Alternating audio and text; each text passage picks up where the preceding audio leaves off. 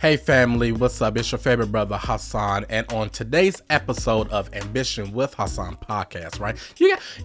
People been telling me, Hassan, when you say the title of your show, you have to put the podcast in it, but I feel like it kind of throws it off. So I'm a one-word kind of guy, so I'm gonna start over. Hey family, it's your favorite brother Hassan, and on today's episode of Ambition with Hassan, I have the amazing, the illustrious, the world-renowned celebrity photographer, creative director, educator, entrepreneur, bona fide creative, Mr. Antwon Maxwell. How you doing, brother? Thank you. I'm blessed. I'm blessed. Did you like that intro? I'm good at intros, don't you think? I'm really good at intros. You're good at intros. You're good at intros. I I appreciate it. All the accolades. Um, I appreciate it. I'm just doing what I do. Okay, he's so humble, but we're gonna get into it, okay? We're gonna get into it because listen, brother, family. This brother, like I said, is a celebrity photographer. He has touched and shot faces of so many of Hollywood's most noted people in white and black Hollywood, such as, Megan Good, Holly Robinson Pete, Candace Dilla Bassett, Taj Mori. He touched some people from the cast of of Ghost, Power Book. He's done print work, editorial. He's done live shots. He's done pretty much all of the categories within photography, you know what I mean? And it's so many, and the list goes on, and there's so many other people that he has, like I said, not only touched, but he's also shot and captured the best moments of them. So, brother, I want you just to tell the neighborhood, the family, how you, why photography and how you got started into, taking pictures and picking up that camera. Okay. Well, before I start, I have to do this with everything that I do. So I don't know if anybody has done this yet on your show or podcast or whatever whatever title you want to give it. Before I get into this, I definitely want to pray for you first. Um, Before I do anything, whether I leave the house, drive, get up in the morning, whatever I do, I always pray before I do anything. So I want to do a prayer first, and then I can get into your question, Okay, I love it. if you don't mind. I don't mind. I don't mind. Okay, don't cut me out. Don't cut this part out. I won't. I won't. We don't cut things out, do we, Jay? No. All right, cool. All right, cool. So, Father God, we want to come to you to God to say thank you for today, God. Thank you for waking us up this morning, for giving us breath in our body, Lord. Thank you, God, for watching us over us while we slept the previous night, Lord. Keep your angels over us. God, right now, I want to come to you and say, God, I want to thank you for this brother, Hassan, for what he's doing on his podcast, God, on the show. I pray, God, that you just continue to bless him in his endeavors, Lord. I pray that whatever resources he may need to continue this platform, God, I pray that you just give him an influx of resources, Lord, whether it's financial, whether it's production, whether it's photographers, videographers, staff, Lord. I pray that you just bless them, Lord, that they will want to be able to do it. Just for the good grace of what he's providing. God, I pray that anybody that comes in on this platform, Lord, is blessed, and they will be a blessing to him, but he can also be a blessing to them. And Lord, we want to thank you for all you're doing. We give you all the grace. We give you all the mercy, God, because without you, we wouldn't be able to do any of these things. So Lord, we thank you. We bless you. We give you all the grace. All the praise, all the honor. In your son, Jesus Christ's name, we pray. Amen. Amen. Amen. I feel a heaviness, because I'm definitely a spiritual person, amongst maybe other things that I've done in my life, but I'm definitely a spiritual, I'm a Christian, so I appreciate that you are the first guest that has done that. So you're gonna have a special clip just for you. It's called the Antoine's Prayer that that I'm gonna make just for you to post, because that is definitely and it was an amazing prayer. My aunt has always told me, before you do anything, always start with prayer, because you don't want just a good idea, you want a God idea. And so I appreciate you setting the atmosphere for that. Thank you, brother. I really do. hey man, you gotta set the atmosphere. God has to be in everything, and and that's kind of like, where I'm leading into your question. You might have to ask me again because I forgot because um but ask me one more time and then I'll get into it. Yeah. No, I was just saying, let's just go right on in. Okay. When and what made you decide to pick up a camera and do the things that you do? Okay. So I started photography I started back in 2012. But my wife and I, we moved to South Korea um December 26th, 2010, day after Christmas. And at the time I was working for the federal government, and photography was not even, a thought in my mind. I was always a creative, drawing, painting, all those things. My wife, same thing. She's good with her hands. I'm good with my hands. And man, we when I got to when we before we left, I said, man, I'm gonna buy a camera, and I'm tired of buying these point and shoot cameras. I want to get something a little bit better. So I just researched some stuff, and I went to the Walmart and bought this little, Canon Rebel XS, the low end, one of the lowest DSLR cameras you can buy. And I didn't really know anything about photography, but I just wanted to get a camera. And I'm pretty technical, so I feel like I can do anything. And we moved the day after Christmas, and I'm taking all these pictures and not really knowing what I'm doing. But I had a young lady that worked in one of the offices, and she was starting a blog. And she says, hey, Antwon, do you know any photographers in the area? And the thing so crazy is I don't know why she even asked me that, because her and I never ever talked about, photography or pictures or video or anything. But I truly believe that it was, God placed it on her heart to ask me that. And I said, nah, I don't. I said, but I have a camera, and I feel like I can do anything. So I can take your photos for you. And I went home that day, and at this time, my wife, she wasn't feeling well, so I flew her back to the States for some health issues she was having. So I went home and I YouTube, man, I researched about what all the settings were on my camera, and what the ISO mean, and what the P stands for, and the A and the M, and the metering, and like all that stuff, man. I was just really trying to figure out, like what all that stuff meant. And I linked up with her on a Saturday, and we just kind of like walked around the area I lived in was called Daegu, South Korea. We just kind of walked around, and it was during the summer, and we just took pictures. And I got to the house, back to my apartment, and put the photos in Lightroom, because I didn't really know about Photoshop as much at that time, because to me Photoshop was very overwhelming with all stuff that was on there. So I put the photo in Lightroom, and I saw this little button that says skin smoothening, and I'm like, oh, hit the little button, man. She looked like a plastic doll, man. And I thought that was the greatest thing.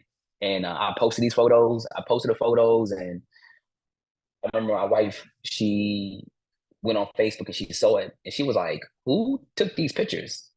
I said, I did. And she was like, when did you pick up photography? And I'm like, today. Like, Just just, like that. and then from just like that, man. And then from there, I really enjoyed it. I enjoyed the process from, from the studying to shooting it, to the post process, and then the delivery of it. And from there, man, I was just photographing a lot of wives of the soldiers, and headshots, and my wife finally came back, and I started photographing her. And but looking back, it was garbage, man. It was not good. And It so was not good. how long was you in Asia again?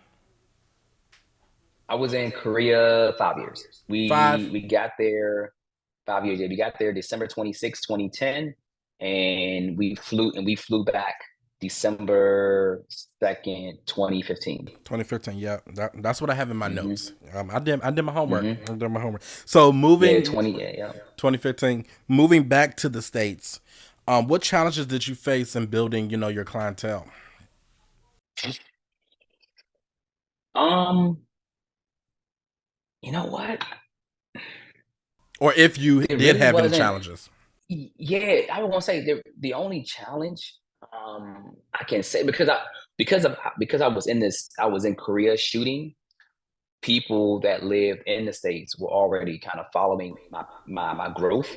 Okay. So it's kind of like when I came and I would come back every blue moon from Korea to the US to shoot. So I was kind of like building my network as it went on. So when I finally got back to the States, it actually became actually easier because living in Korea, I love my Korean counterparts. I love my Korean folks, man. I love them to death. But it was hard because they're very um, selfish when it comes to the industry. They want everything for themselves. They're like, look, we want our people to shoot our celebrities. We want our people to shoot our magazines, regardless to how your work is. Unless you're like a world-renowned, photographer from the States, then they may bring you on, but they didn't want me shooting their celebrities, their magazines. So when I came back to the States, it became really easy because I could book models that was easy, magazines, celebrities. It just became getting stylists, hairstylists, makeup artists. It was just easy, man. It was a lot easier. So there really was no challenge. It just became easier at some point. So I want to let everybody know I well, how I found out about you. I believe it was just probably me scrolling through Instagram, and I think you was may have been on my explore page. Okay. Either that or I may be wrong. Do you remember how we met? How we met? I know I hit you up. I think it was through Instagram the last one. Thought we were following like mutual people Yeah, on Instagram. yeah, And then I think you wanted me to do something. I think you wanted me to do something with Kim, I think. yeah, I can't really remember. yeah. And I think, yeah, I think it was that. And I think originally, I think I was like, I can't really remember like, the dialogue, but all I remember I just was know I we think it just was connected. That's yeah. I just remember us connecting. I was like, well, what it was because I I know what it remember was. what. I know what it was. Thank you, Lord. It was you hit me up because you wanted to be like a creative director for me or something like that. And you wanted to kind of tag along. And I said, and I was like, okay, well, I usually fly to LA, and I told you, I said, I'm gonna be honest. I said most of my shoots, are their budgets their budget is usually really, really tight. So I may not be able to, financially fly you out, whatever, to me to LA, whatever I do. And then you were like, okay, yeah, I get that, whatever. He's like, and you were like, well, if it fits, we'll do it. If it not, it's all good. And then I think that's when the first time that I met you was when Kim wanted me to photograph her and Cynthia Bailey at her house, and she did her video. And I think that was like kind of like the first time that I started to interact with you and Kim and all that stuff. I could have sworn that we were had worked together before. I brought you If on we if we if we did, I couldn't remember. yeah, no, because I do remember you. We had a lot of mutual people that we knew, and I know you did. Oh, one of the people that we actually really connected on because you did some work for my godfather, Derek Rutledge. And I remember you was doing his makeup line, Perfect Your Presence. Make sure Yep. you guys check it out. Yep. That's Derek Rutledge. That's Yeah. Oprah Winfrey's makeup artist. You people. So it was that, and then I was like, oh, okay, dope. And then that's when it probably that was the first encounter. Yeah, now that I'm remembering stuff. But anyway, the point is, y'all, this brother right here, I just before I even had the gall to try to connect with Antwon, I already fell in love with his work because I consider myself as a creative person, and I just love coloring. I love visuals. I love things in real time. I love still shot. I mean, I just have an eye for those things because I work in entertainment and I work with a lot of photographers anyway, with celebrities that Mm-hmm. I'm handling or whatnot, or videographers or makeup artists. Like I have a laundry list of photographers and stylists and makeup artists more, and I'm not even in that field, but it's just, having the access. And I just loved and I love Antwon's work. Because his stuff is, because me, even when I do my content or my flyers for whatever that I'm doing, I like a lot of clean cut look, and I don't like cheesy colors. I don't like the colors to really perceive the person, meaning it's too powerful to the point you're paying attention to that instead of them. It needs to be a great blend. And for people, even the person who's from my podcast, James Harrison, J4. I mean, his work is very, very clean. You know what I mean? It has different levels to it because he's a videographer, but I just love, and that's actually what drew me to him, and that's what drew me to you, Antwon. It's just your work is so clean. Like, you touch so many people. Like I said, Megan Good. I mean, that's probably, I can say, one of my favorite, because you've done a lot of work with models. So if I probably name the Yeah. models, the people not gonna know who they are. But the people that Yeah. that is name recognizable, Megan Good is probably one of my favorite shoots that you've done. I mean, she's just amazing. And man, I'll tell Like, you one of my favorites. Megan was good. Like Megan, sweetheart, a great person. I'll text her every now and then. We chat sometimes. Um, I mean, this is the sweetest person. One of my, I mean, and of course, Holly is like another favorite of mine. Because another sweet person. It's not even Holly, just their family. They're just an amazing, amazing family, man. Like you can't really. I mean, there's no many that you. I can't give too many. There's not enough accolades to give to them of how an amazing family they are. But one of my favorite shoots that I've done that I hold dear to my heart is with Anthony Hamilton.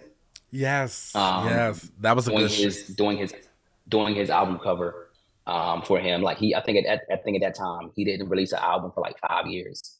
And so to be a part of that 5 year mark of him, starting his, doing his album. And it's so funny. Everyone that sees that album, I mean, it's so funny to hear the song, hear the album sometimes if I'm driving somewhere or if I'm somewhere and I hear the song and I know the album cover and I see like I've seen somebody like it's a funny story. I've seen somebody on the train one time listening to his album and I saw their phone and his album was on their phone, the Uh huh. cover of it. Uh huh. And to be able to be on the train and to see my work on somebody's phone now, they're not even thinking about the album cover. But me to see my work on somebody's phone just randomly, like that was amazing to feel that way. So I mean, but I've had a plethora of shoots, man. My wife shoots, for her swimwear line.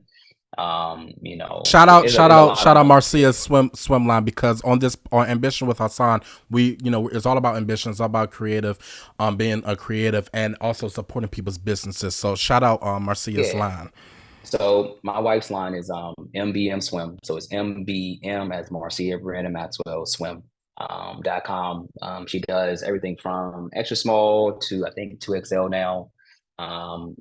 She's been in Victoria's Secret. She's in Revolve at the moment.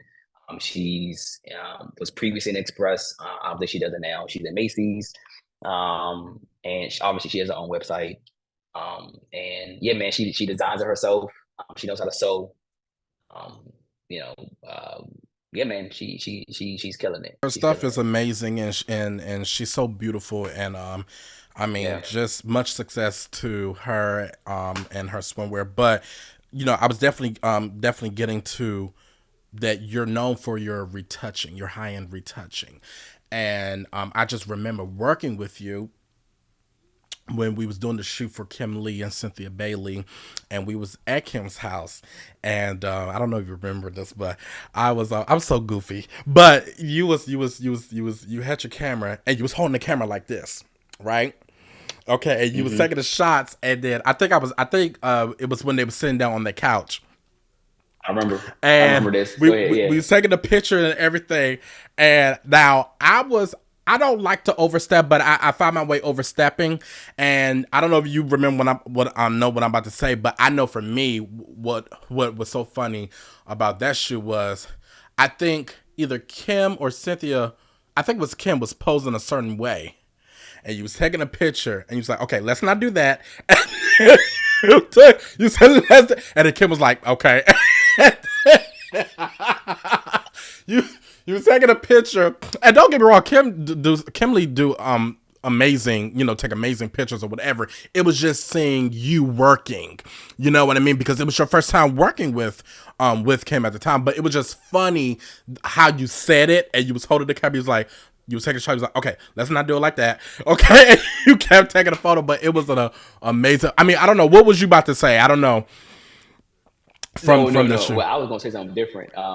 But that's funny because, man, to be honest, dude, I don't care who you are. You can be Oprah, you can be Obama, you can be Beyonce. I don't care who you are. If you don't pose right, I'm gonna tell you because it's my job to do that.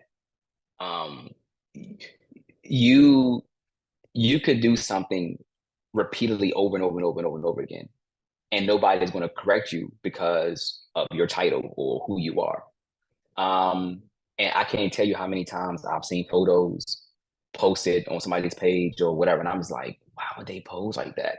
But it's our job as the photographer or as a creative director, whoever it is that's on set, to tell the person, hey, that might not be the right pose, or that's unflattering. But the part that I was going to say was when I took a photo of Cynthia, and I usually squat down and take photos, kind of shooting upward a little bit, because it makes the person look taller. Oh yeah. And and Cynthia was like, "Oh, I like my photos like this, where it's kind of high up and then down." And for me, that's cool, but people only focus on one area of their body and not the entire thing. So they're looking at just looking smaller just in their face because they want to hide their neck area or whatever else. But you don't know you're actually making the rest of your body look smaller because your head is like closer to the camera.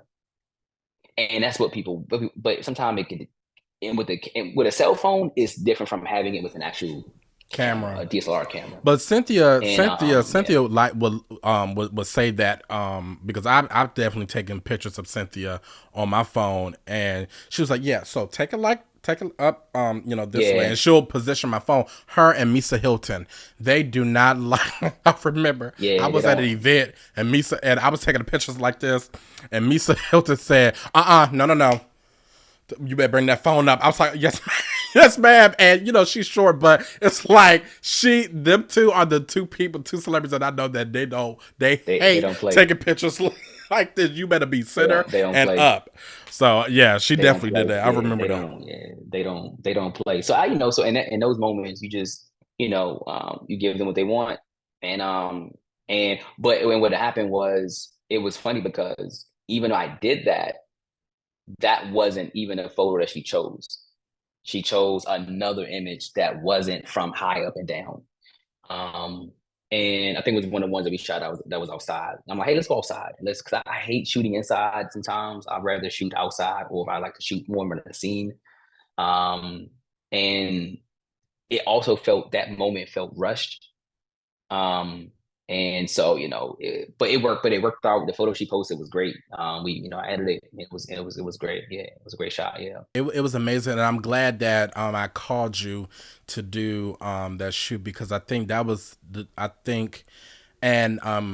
remember you telling me one of the reasons why you wanted to do it, because I think you were supposed to work with Cynthia before, but something had happened, so this was no chance for you to work with Cynthia. So I'm glad that you guys was able to create that magic, for sure, because it was an amazing day. It was raining and we did some content, but the video, the reel that you did with her, walking into Kim's house and everything, and then her taking pictures in that beautiful blue dress, and you capture everything because she's so beautiful. So when you're working with people who are beautiful, it's easy. Like even James have said that to me before. He'd be like, Hassan, I love shooting people, like Kim or like other people that know their angles, or, they know how to work the camera, because it's just easy. And then it's like, okay, let's move on. Like we can go, like we can, but it can be not hard, but it just takes more time when you have to direct or whatever. But then that also shows your creativity on, because Yeah. every eye is different for a person. That's what I learned from a Yeah. photographer. Every eye is different for a person, because this post may look good on me, but another post may look good on, you know what I mean, depending on the person's face and everything. So you definitely have Hmm. to have a creative eye. You have to be a visionary, and that's what you definitely exude. And that's one of the things I love, and that's why I when I first meet someone, I stalk their page before I connect with them. I do. Yeah. And I'm not ashamed, and I say that unapologetically, because it's like, by me stalking your page, I'm doing my homework. So when I connect Hmm. and when I network and I connect with you, I'm coming correct. So that's also Hmm. another advice or tool for my people out there that is watching this episode, that whenever you're networking, do your homework. You know, I use the word stalk, so you probably may not want to use that, but I don't care. I use that word. But just look at their page, and when you connect with them and say, oh, listen, Antwon, I love what you did on, you know, Anthony Hamilton, how you tilted his head this way to compliment the right side of his face, or blah, blah, you know. And then when people hear that you're talking like that and really dissecting their creativity, Hmm. it makes them want to Hmm. connect with you and work with you. I mean, am I right? Hmm. Hmm. No, you're right. Yeah, and it's funny you say that, because I do the same thing when it pertains to a client. So if a client hits me up and they say, "Hey, like I had a client, or I have a potential client that actually messaged me the other day, and I know this young lady, went to high school with her. She's an alumni, and she hit me up and she's like, "Hey, I would love for you to do my shoot for us." Um, and she was like, "I love your work, Antwon. X, Y, and Z. I've been following you for a long time. Obviously, I know her since like over 20 years." And I mean, I don't know her except that I know of her. We No, went to of high school yeah, together the whole time. So yeah. she says, she's like, "Man, I love your work. I really want you to do this shoot for me." And I said, "Okay." And I was like, "Well, here's my rate. Typically most of my shoots start at this price, and Guys, for all my shoots." he's very expensive. I have to say that. I have to have a GoFundMe just to have conversations with it. But it's worth it. But go ahead. I just wanted to put that disclaimer out So, there. so I told her, I was like, "Well, here's my rate." I said, "This for all my shoots." And she says, "Well, I have two questions." She says, first, she said, "First, I'll say this." She was like, "I kind of expected your rate to be high because of your expertise and of your expertise." And she says, "But can you tell me why you're different from other photographers?" And um, and I responded to her. And I said, "Well, to be honest, you answered your question already. You already answered your question because of my expertise. You see my work. You reached out to me because of the body work that I put out, of my expertise. You seen my resume. The whole nine. Um, so to say, why are you different from another photographer? If you have reached out to a photographer and you see their body at work and you're like, okay, they're good, and they charge, let's say, $200 or $300, and then you see my work and you're like, all right, but this is the guy that I really really want. Um, I know him, I know his work. He shoots this. Kind of like saying like it's like saying like it's like going to the Bentley store and being like, hey, the Bentley car dealership being like, okay, I see this Bentley and it's worth $300,000. But what's the difference between the Bentley and Toyota Corolla? Now you know the difference because you kind of you can see it. You really want a Bentley. That's what you really really want. But you're trying to justify why the Bentley costs so much more than the Corolla, and you know the answer. So for me, it's kind of the same thing. Now, I'm not saying I'm a Bentley by any means, but I know my value, and I think everyone else knows my value as well. Um, and so, I don't have to justify to anybody why my rate is what it is. I don't see anybody going into a store and debating with the person and saying, well, why does this cost as much? You go into the store, you buy that shirt that costs $180. You go into another store, like you don't go to Red Bottom and say, hey, why are these shoes cost so much? You buy it because you see the value in it, and you don't see the person making it behind the closed doors. You just buy it because that's what you want. You see the Right. value in It's it, good and you buy them quality. shoes, even though it hurts your feet Yeah. the whole Well, that time. part. Well, and I think that's like one of the reasons, why people love you, because the people that I've definitely have talked with about you, they have said, yeah, he's dope. He does amazing work. Like I definitely talked to Derek about you. I've talked to, other people, about your work, and even show them your work. And I'm like, oh yeah, that brother, good. You know what I mean? And I think one of the things from really me dissecting your creativity and what puts you from different photographers is your retouching. And Mm-hmm. and I know that you are known for that, because sometimes, retouching a photo can get a little tricky.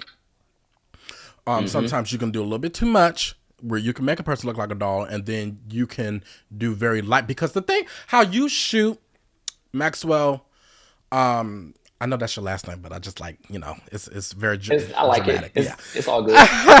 Maxwell, you shoot very soft. You shoot Mm-hmm. very soft.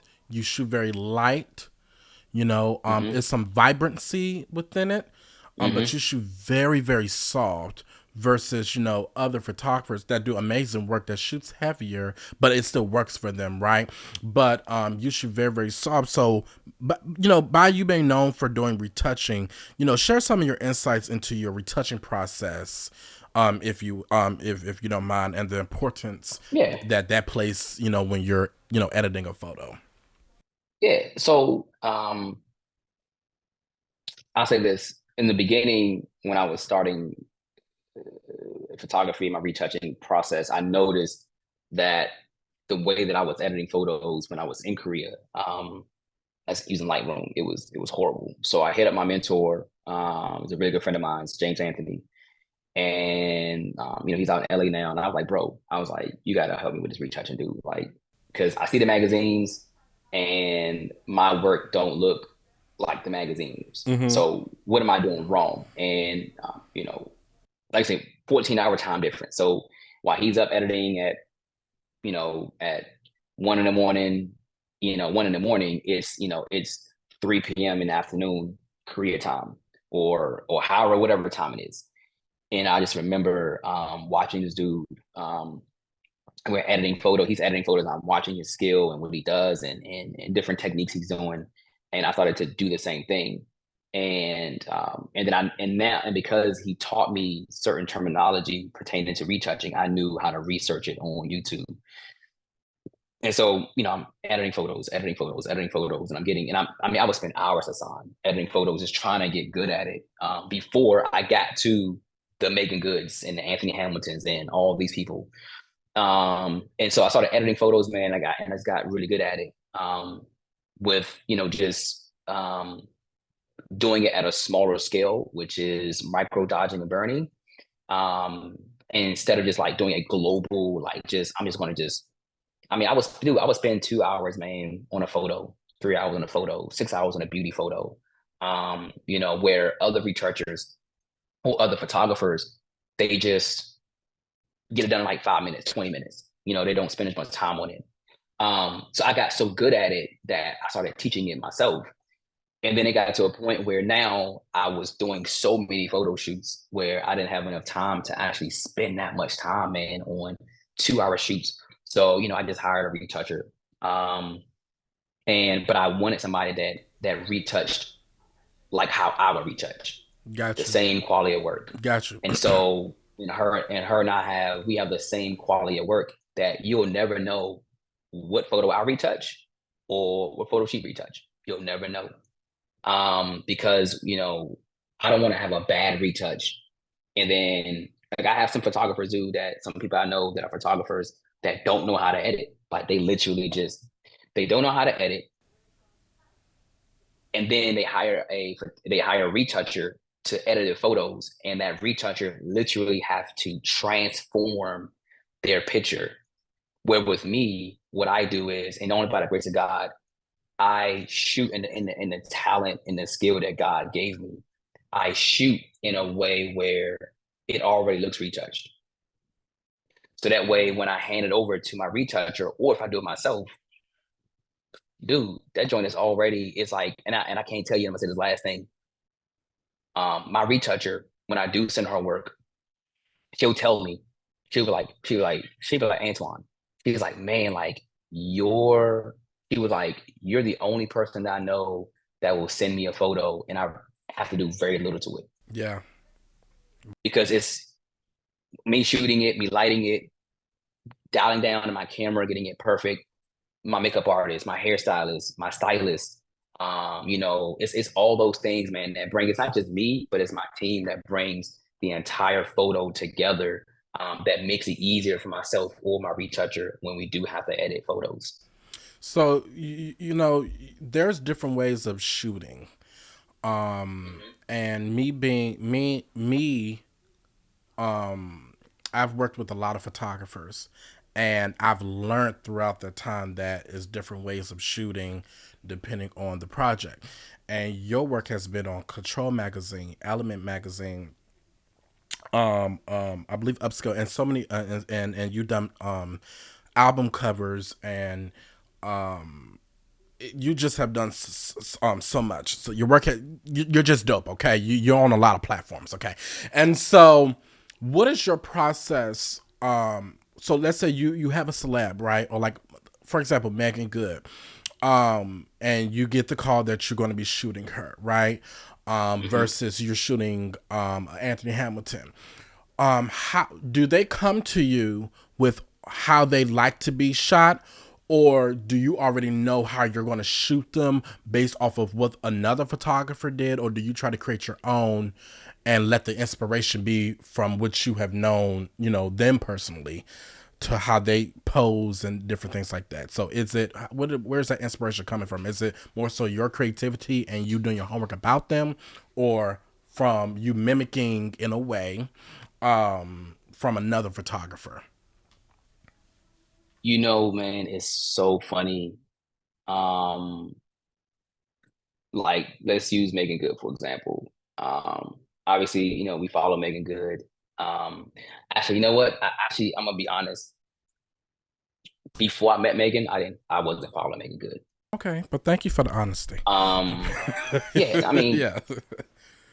not that I didn't know Megan Good. I've known Megan Good from cousin Skeeter. Like I'm 40. She's I think like a year or 2 years older than me. So we grew up. We were around the same age. So I saw her in cousin Skeeter. I saw her in all these movies. So I knew of Megan Good. I knew who she was. I mean, somebody say, "Hey, do you know Megan Good?" I'm like, yeah, of course I Megan Good. But I wasn't following her. And there are a lot of celebrities that I don't follow. And not because I don't like them, it's just that they haven't came across my platform for me to see this stuff or whatever. But when I do see them, if I get the call to shoot Megan, I'm like, okay, great. And then I'll see her page. But even when I see her page, I'm not looking to see what she's done. I just don't, I don't really look at other photographers' work. Um, Oh wow, but really? when yeah, I don't. But when I put the mood board together, I'm putting the mood board together based on the clothes. Okay. What we're shooting in. Um, and then that's how I kind of get the inspiration to shoot the person, especially also too like what it's for. So if it's like a Christmas thing or a Christmas theme or a summer theme or whatever, of course then it may be a little bit different. But for Megan, it was all about Megan, just beauty and elegance. And that's basically was our theme for how we styled it. So I don't change how I shoot based on the person. Um, because to be perfectly honest, like I mean, and I never toot my own horn, so I just wanted to make that disclaimer. Um, but if you're shooting with me, then there's something about my style that you liked, Right. and so I try to embrace that. My style is clean, like I say, it's vibrant. I like shooting my photos to where literally like if you wanted to just use the raw shot, you could. I try to dial down that much into getting everything perfect, the camera settings, the lighting, everything. So like if I want to give you all the images, let's say Megan wanted to post one photos like at that moment, she could. Mm-hmm. And that's basically where I get down to with myself. So no, I don't look at people's pages and try to like feed off what they did previously. Um, I just try to bring my own skill, that God gave me to give to them. But also too, another thing is um, I don't know how other photographers are on set with these clients. I've heard clients like just have bad experiences with other photographers. I mean, like photographers weren't talking to them. They were mean. They were Yep. this. They were that. And so I try to be not try to be. I am different from that. I engage. I laugh. I joke. I show them the photos. I'm like, hey, what do you think about this? I know some photographers that don't show you anything. Yeah. I have an iPad that wirelessly tethers to my camera, so when I shoot it, everyone can see as I'm shooting it. They can see the photos, and that's Nice. for everybody's purpose. That's for everybody's purpose because it's for the hairstylist, makeup artist. Because if I'm shooting in a camera and the screen is this big and I don't show you, then that's my problem because now I got to go back. I got to fix your wig. I got to fix your makeup. But if you can fix it on set, then it saves me time or my editor photo, my editor time later on in the shoot to fix the problems. We fix it now, so we can worry about it later. Your significant following on Instagram and on YouTube indicates that you have a strong online presence. How do you leverage social media? Well, see, there you go, being humble again. But it's okay. How do you leverage your social media platforms to showcase your work and connect with your audience? Honestly, man, I don't. I know it sound really crazy. I don't care about followers or likes. If you notice, and I'm sure if, as you said, you stuck my page. If you've noticed, if you know this question, I don't know the question, but I mean, I can look at it right now. If you notice, when was the last time that I made a post You know what? on Instagram? You're right because you really don't post a lot, really, and everything. You'll post your work, if anything, but you don't really, post a lot. Um, Anything outside of your work, you don't do any. It's But hard. even with that, even with me posting my work, the last time that I posted something that I've done Yeah, was probably maybe 2 months ago, maybe if that, maybe three, but definitely two. I definitely know 2 months ago. I don't post frequent. I know they say it's the Instagram algorithm, and you gotta post twice a day and to keep the engagements up and da da da da da, like all these things. And for me, I'm like, definitely off because you may be lucky if I post in a week. So nah, I don't post at all. I really do. I only post. I can tell you right now, I've probably done in the last 4 months. You know, I've been going through a transition. But in the last 4 months, I probably have done maybe four shoots, if that. And I haven't posted any of them.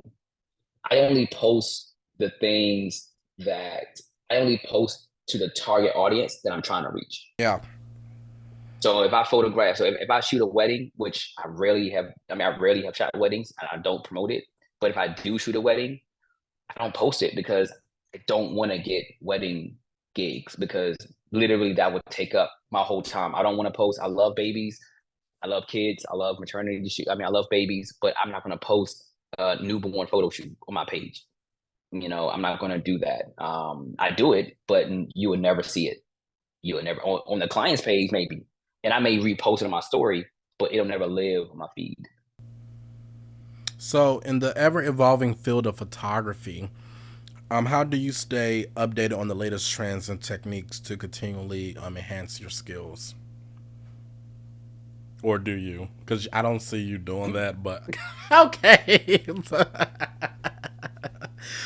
I am not with I am not with the trends. I am not with man. I'm gonna tell you this. I just Well, you got to have some type of I thing know this is that you going. do to like, to say, oh, okay, well, this is a new way of shooting, or let me try this type of retouch, like Um, to, I may it may be something different when it pertains to maybe a different camera that I may use. But as far as like but the technique could be, to be honest, man, I just do different things. Again, like I said, man, it's a what God gave me was a talent and a gift. And I truly feel like people that stay in trends are people that they just it's a trend for that moment and it's never going to be there. What God gave me was a talent and a gift that's for the longevity. So when a trend is not a trend anymore, now what you going to do? And everybody just copies off of everybody else because it's a trend.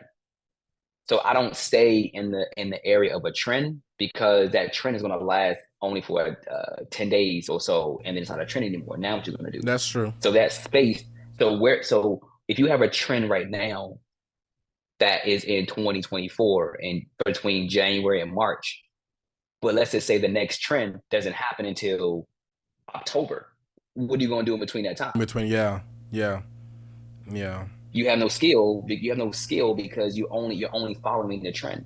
Mm. That's why it's a talent. That's why if you notice people that God gave them a talent, God gave them a gift, they're the ones creating the trend.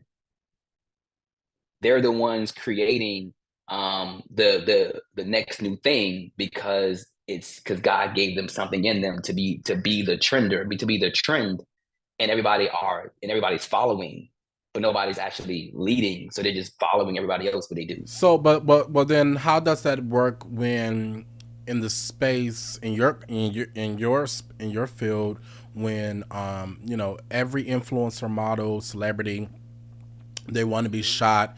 They like connecting with certain photographers because they like to be shot in that type of way. And most of the time, like these reality stars, they use the same makeup artists or they use the same photographers because they like to be shot like that. So a person that don't go with what everybody else is doing, Mm-hmm. how do you cope with that, when it may affect your clientele of people, because people always evolve. Like, I would never known that a celeb or a person that likes this kind of work, or that they're used to doing things this kind of way that's a little bit more clean and upscale, to now they're doing stuff, in my opinion, that is deemed as cheesy.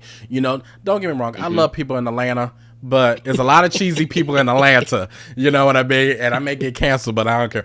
But there's a lot of cheesy people in Atlanta. Like, they like the extra swoops on their edges, and they like the extra contours and make them look like a toy. You know what I mean? But that's trending. You know what I mean? And a lot of people are, and no judgment, and it's no judgment. I mean, I don't like that, and I know you don't like that, but that's what they like. So, but if that's where we're going within entertainment, how do you stay focused, Mm-hmm. and not let that affect you, knowing that it may affect your clientele? So here's my answer to that, and it may not be how can I say this? The answer may not be ideal for certain people, but I believe this. I truly believe this. God is going to show me. God is going to send me the client that I need, the client that I want. So if God knows that that's not my thing and that's not where I want to go, because I'll give you an example. Let's say, for example, the trend is very sexy and very provocative, and everybody's you know showing the breast and Yeah, all explicit. these things, Yeah, right? yeah. very, let's say it's overly explicit. Yeah. If that's the trend, very overly explicit. If that's not what I do, then I am not going to downgrade my level of talent that was given to me to to be a part of the trend. So um, I'm I'm going to stay in my lane. I'm going to stay in my lane and continue to do the style of work that that was given to me, um, and the right clientele will come. The right client. If you notice, think about this. Um, man, I was maybe a few years ago. The style of photography, the industry was very like overglossed over. They wanted to look more, they wanted to look more over edited, and they wanted to do this, and they wanted the photos to look all crazy and everything else. And then now if you look at it, more people are wanting more clean look. They want more clean, they want more editorial look, they want more not overly edit retouch photos. They want it to look very natural, because you got to a point where actually being naturally having a photo look natural is actually better than being retouched, because that same person that got overly retouched has to go out to the world Yeah. and they have to look like they look in their picture. Yeah, and then But they if you got to get a get the over, if you get an over, responses like, "Oh, you don't look like what and you don't want." And I think, and it was funny. I was talking to a person, a friend of mine, excuse me, not too long ago, and they was telling me like, "Well, I think when it comes to reality TV or when it comes to content, people don't want." Any type of fakeness, pretty much. I was going to try to find a word, but that's what it is, fakeness. Like, yeah, people yeah, want yeah. stuff that is real. Like, people, authenticity, there we go. People want Mm-hmm. that. So when it comes to photos, nobody want overly retouched, knowing daggone well that's not your skin complexion. And I ain't gonna lie, I have an editing app called Face app that I use, but I only use it. I try not to do too much, but I only not of course not intentionally. I only use it to just smooth out my face because I'm dark in certain areas and everything. But in the process of smoothing, it kind of brightens you up just a little bit. Mm-hmm. When you're smoothing out a person's face, right? So that's why I seem as a little bit brighter. But then depending on the lighting, then you may seem a little darker versus lighting. So it's all about lighting. So, but that's my point is that is very, very brave of you, and that's what makes you a true trendsetter, because a trendsetter is not doing what other people are doing. Trendsetter is when you're going against the grain and creating your own lane, and then when you have an influx of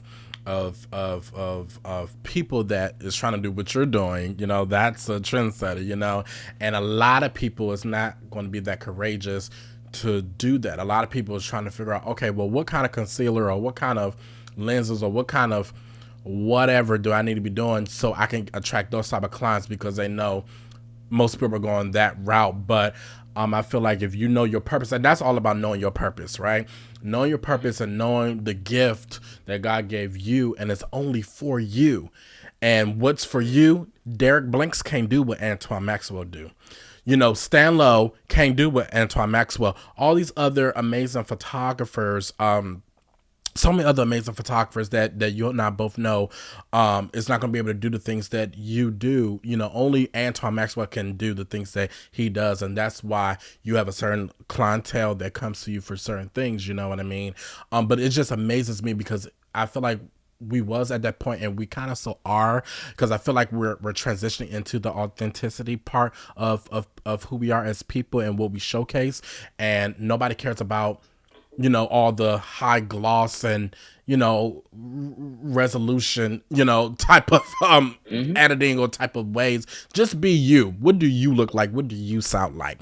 And Yep. People like real authenticity. Like they like the and now that we live in a world of AI and I was just about to get people, to that. it's Yeah. so all that stuff, man. It's like, because we're in that world now, live in that world with AI, people want to look as real as they can.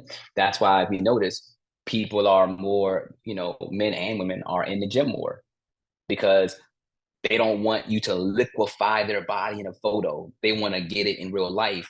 So when they come on a photo, sometimes people say, "Man, Antwon, I really want to shoot with you, but let me get in the gym for like 2 3 months, and I'm gonna come to you." They don't want to have to edit. They don't want to have to be edited to look like they're 30 pounds lighter because again, they got to go out into the real world, and they not gonna look like that on their photos. So it's like they do the photo shoot. They we I liquefy them, and then they don't post the photos for 3 or 4 months because now they want to get in the gym to look like their picture. Yeah. Like people literally do that, and I'm like, what? That makes no sense to me. Like, why don't you just do it before the shoot, and then that way you can post it at that time? But it's harder to lose the weight or get to the size you want to get to because that takes a lot of discipline. So you just want the photographer to just make you look 30, 40 pounds lighter in the picture. And where that's fine, but I have to tell some clients sometimes, I literally tell clients, I'm not doing that. Nope. I am I am a photographer. I am not a doctor. A photo surgeon. Dude, Yeah. dude, I tell them, I'm like, No, I look, believe I'm not you. a doctor. Like, look, Yeah. I'm like, I love how you look. I think you should embrace who you are and how you look. You look beautiful. You look amazing. I tell this. I can't tell you how many times I tell people this on set. Like, you look great. You look beautiful. Like, like, nah, we're not doing that. Like, I'll nip and tuck here and there, but I'm not about to create a whole new body for you. Like, that's not what we're Yeah, I doing. mean, And you're not I hiring. agree. Yeah. And no, it's just crazy because it's like even like for me, like and I've been in the gym and I know my goal is to be a little bit more ripped, and I'm almost there. But I know I would definitely never would tell a editor to put an extra vein here, or put some lines here in my arm, like, and I'm not about to make you draw on me some veins and some ribs and some muscles. No, it's just, really, if you're big, you're big. If you're skinny, you're skinny. You know what I mean? Like we can, like you said, make some minor tweaks here to really complete the art, but it's going to be art Mm-hmm. from what's already there. You know what I mean? It's just Mm-hmm. refine things and stuff. So because I edited a photo one time on my face app, and I think I made my nose, I contoured my nose too much. Not that I was contouring it, like I said, I smoothed out my skin. Mm-hmm. And but I know that I want more of a like an angular face because I have a wide cheeks. Like even when I smile, it Okay. cover half of my eyes. It's just I'm a little fat right here, Okay. so it make me look like a black Asian. And so I will smooth out my skin, right, and then that will make me a little bit brighter, right. But then I'm gonna also it's a edit on there where it can, I'm about to say angleize, but I don't Mm-hmm. think that's a word. But make your face a little bit angular, so it's almost like a V here Mm-hmm. instead of just Y Mm-hmm. like this, like a U. So, and that's what I was doing because that's intentional. After when I lose a little bit, lose weight or work out more, not just lose weight, but really define my face and get a little more ripped and stuff. It's Mm-hmm. going to happen Mm-hmm. naturally. You know what I mean? And so that's what and then my friend of mine said, Hassan, you look like a toy. I was like, I'm not trying to intentionally look like a toy. And that's why I'm slowly not using the app as much and just increasing in my budget a photographer that can follow me and get good, take good shots of me and stuff after they edit and everything. Well, But yeah. well, I'll tell you this. You know, it's two things. One, when I do shoot men and women, men or women that are, I hate using the word plus size, but when they're, voluptuous or whatever you want to call it, whatever the word you want to use, I always tell them to embrace it because at the end of the day, man, you don't know who you're going to reach. And they may be another woman or male, young woman that is battling with their weight, and you could be that very person that can show them like, look, you know, I too am a plus size person, or or I'm a big woman or a big man, or whatever word you want to use. But I love my curves. I love Yeah. myself, and and I'm out here, and this is what I'm going to do. And you could basically, you could get another person to be like, man, like this person, they didn't have to go out and remove all of the arm here or the side here or that or whatever. Like they really embraced it. And I'm gonna embrace myself too. Now, I'm not saying, you know, that everybody should do that, but but if you want to be smaller, just do the work. Don't make it harder on me to have to edit something that's there that's hard to They edit want you to to make do the work. smaller. They want you to do the work. They don't want to do Yeah, that's what I say. I'm like, look, the work. nah, like nah, that's not what we doing over here. Like, and I tell them straight up, I tell them straight up. But the other thing I would say to you is that, um, you know, diet is a huge issue too, and getting your chin to be smaller because it's funny. Um, I don't know your eating habits, but we retain a lot of sugar, and those things it makes us like our face. Like I told you before, I don't know if you know, dude, in 2022 we were supposed to go to Africa, and we went to the doctor, man, to get our malaria pills, and I was 171 pounds. For me, that was big because I was never that big ever in my life, and my face was round, and I had a gut, and all this stuff, man. I was still wearing small t-shirts, so that was horrible. Um, and and I had pre-hypertension. Man, it was bad, dude. It was bad. And I walked past the mirror in my bathroom. And I was like, dang, I'm fat. That was the first time that I ever realized that I had a round face and everything. And I was like, man, you know what? I gotta get in the gym. And I think I remember that. I'll never forget it. It was December 2nd when we went to the doctor. And December 12th was the first day. And like I toiled with that thing, man, for like 10 days. And I got in the gym, and I was walking the treadmill, dude, for like 2 weeks. That's all I did. Incline 15 for 1 hour, and I changed my diet. I wasn't doing I was doing very little sugar, like almost like no sugar. When I ate some stuff, water, no sodas, anything, dude. I went from 171 pounds to like 158 pounds in 2 weeks. Just change my diet and just walk. That's all I did. I ain't lift no weights. I wasn't like running. I wasn't like in a sauna. I just walked for 2 weeks and changed my diet. And then I incorporated, I think December 26th is when I incorporated weights because we went to Austin with my friend at our friend's house for New Year's, for Christmas and New Year. Actually, we left on Christmas Day. So we did Christmas Day and then for New Year's. And that's when I started doing weights and literally do from like from January up until August, September. Man, I was in the gym every day, and I went from 171 pounds to 148 pounds. But I looked like I was 170 based on the amount of muscle that I put Yeah. on. I just changed the fat to muscle, but my face got slimmer. My shoulders, my traps, the whole nine, dude. And so I just did the work. I just did the work. So long story short, just do the work and don't let me do the work. Absolutely. So I just got a couple more questions for you, brother, and I'm gonna let Yeah, you go. What advice would you give to aspiring photographers that is looking to establish themselves in the industry? um, and just put in the work. Don't try to be like anybody else. Find your.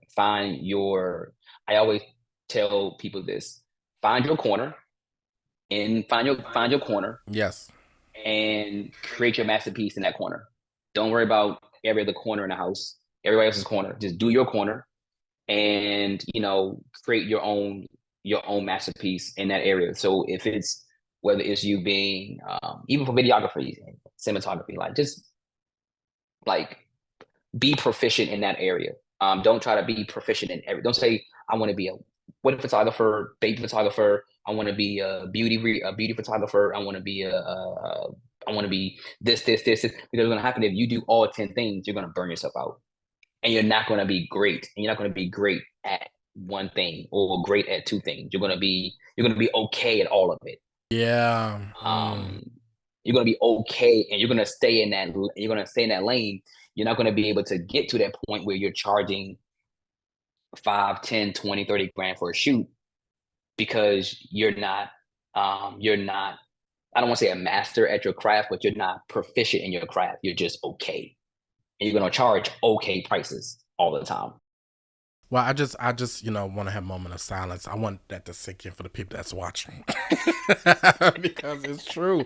It's true. I told my friend before, and I sometimes gotta remind myself because as a creative, we can have so many different, we have so many different ideas and so many things that we want to do. And look at me, I'll be like, okay, I want to do this. Okay, now I want to do this. I want to do this and things like that. And I end up doing it and everything.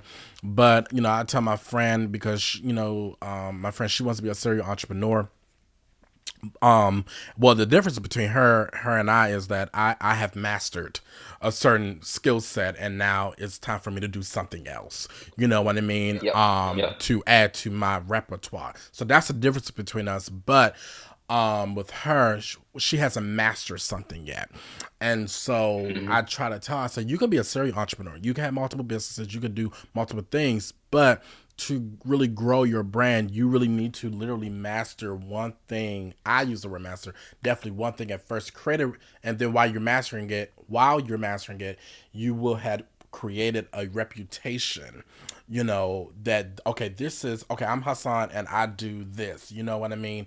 And Mm-hmm. I'm good at this to the point where I'm well Mm-hmm. sought after. Now I can get Yep. into doing something else and then master that. Yep. And then you can build that type of block instead of saying here and there, have your hands in multiple pots. So that's some great advice. I appreciate that because sometimes creatives can get, over themselves and long winded, and they, just Yeah. overexert themselves, excuse me, trying to do multiple Right. things because they're trying to have multiple streams of income. But it's Yeah. how you do it and stuff so you don't burn yourself out. So I Yeah. appreciate And that. I would Yeah. and I would tell you this though, and you made a really good point, or you said something that made a lot of sense, and I want to kind of elaborate on it. You can master your craft in that one area.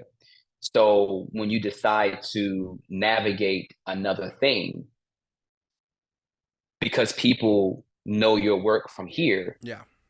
anything else you do after that, people are gonna follow it and be in it because they're like, man, like Sean was a great X, Y, and Z over here. He was a great cook.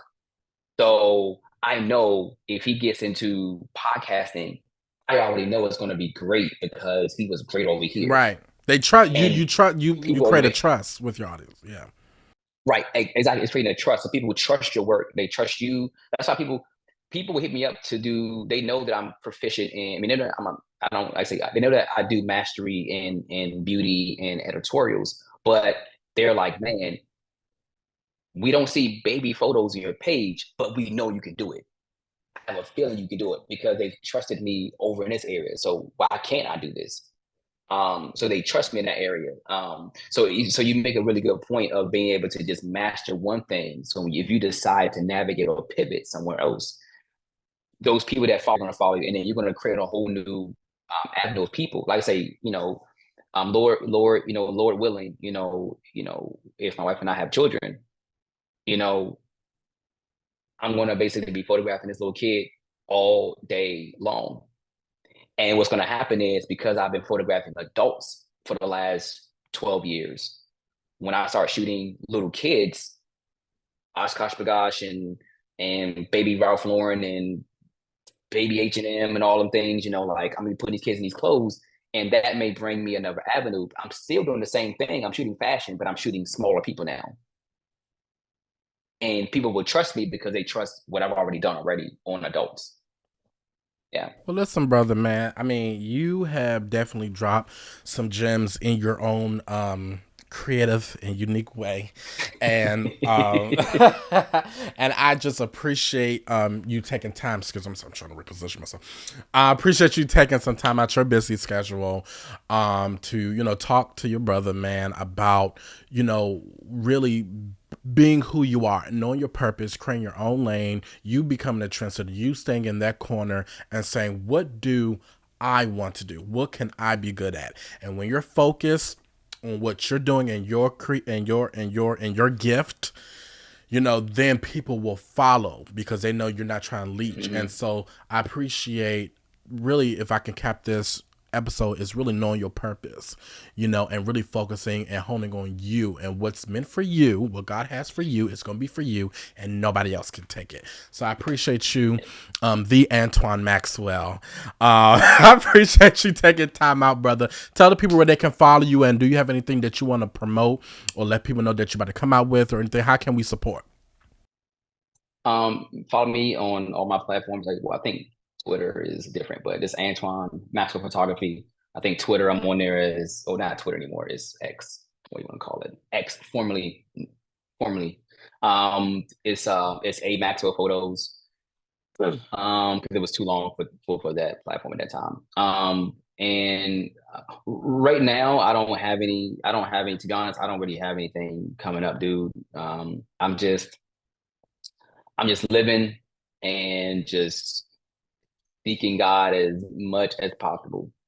So whatever He has, and I want to clarify something. It's not so much about what I want to do; it's about what God wants me to do.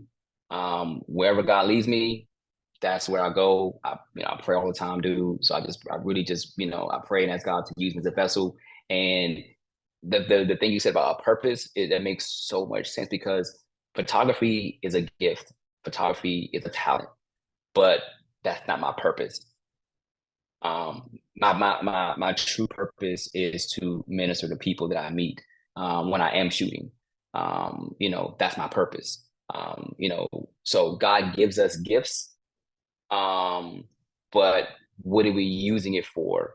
And it's for our purpose. And so I'm using my gift and my talent as a purpose to minister to people, to like I say, I don't force God on anybody. I don't force Jesus Christ on anybody. But if God leads me to minister to people in those areas, that's what I do.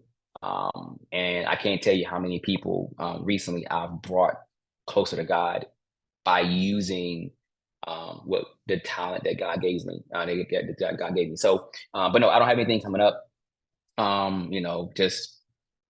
Just working and making a lane for myself, man. Absolutely. Well, thank you, brother. We appreciate you, man. Yeah, man. And congrats on your show, man. You're gonna do well. I say you already. I don't know how long you've been doing it, but you're already starting off at a high level. And that's what I said, and that's why I said before. When you're a master, what you already do, you're gonna start out that new thing already up here, because you know. Well, I'm trying. So, nah, you already got it. I can't tell you how many people have started podcasts and they don't have a videographer and a mic and a light coming from your right and all those things. They use their cell phone and it's low budget, and then so you're already starting out better than most people already. So I can only know that it's going to go even higher than what you already have it right now. I received that, brother. Thank you so much. All right, folks, that's Ambition with Hassan. Make sure you like, comment, and subscribe to my YouTube channel, and make sure you follow my brother Antwon Maxwell.